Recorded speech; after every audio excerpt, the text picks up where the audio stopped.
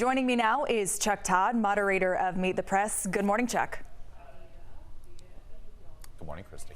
Let's talk about Judge Ketanji Brown-Jackson's confirmation last week. Do you think that's going to help Democrats, specifically senators running for re-election in the midterms?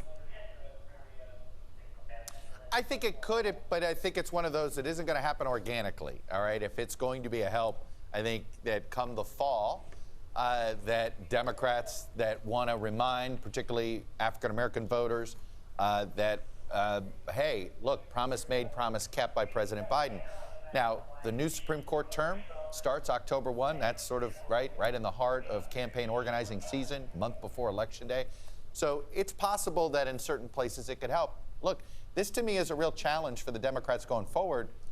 They don't want this to be the last big thing they accomplish before the midterms. But the way things are looking in Congress right now, it may be. And that's something that I think we're going to discuss on the show today. But that's something, can they really have a fighter's chance in the midterms if the last big thing they do before November is this Supreme Court confirmation?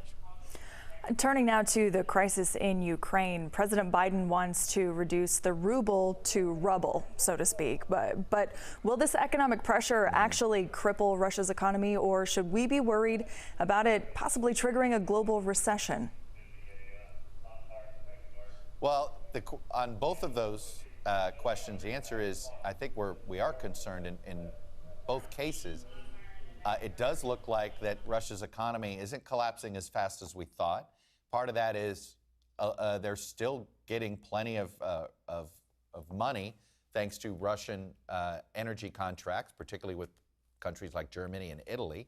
We haven't cut Russia off completely, particularly from Europe. And until you do that, you're going to have, I think, the ability of Russia to prop up its economy somewhat.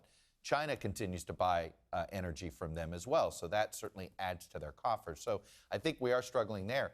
But you're right. I think that there certainly is real concern here. It's not just on triggering a global recession just over the energy issue. You also have wheat and the price of food in general, because Ukraine and Russia are big exporters of wheat.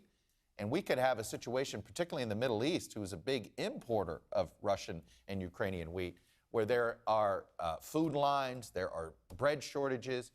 So the fallout effect of this war is something that I think we all constantly have to worry about. I think the West can stay united here for 3 to 6 months.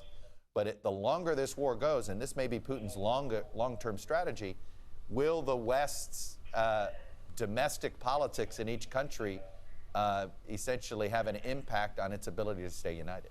All right, Chuck, thanks. Meet the Press airs at 10 right after 11 Alive Weekend Morning News.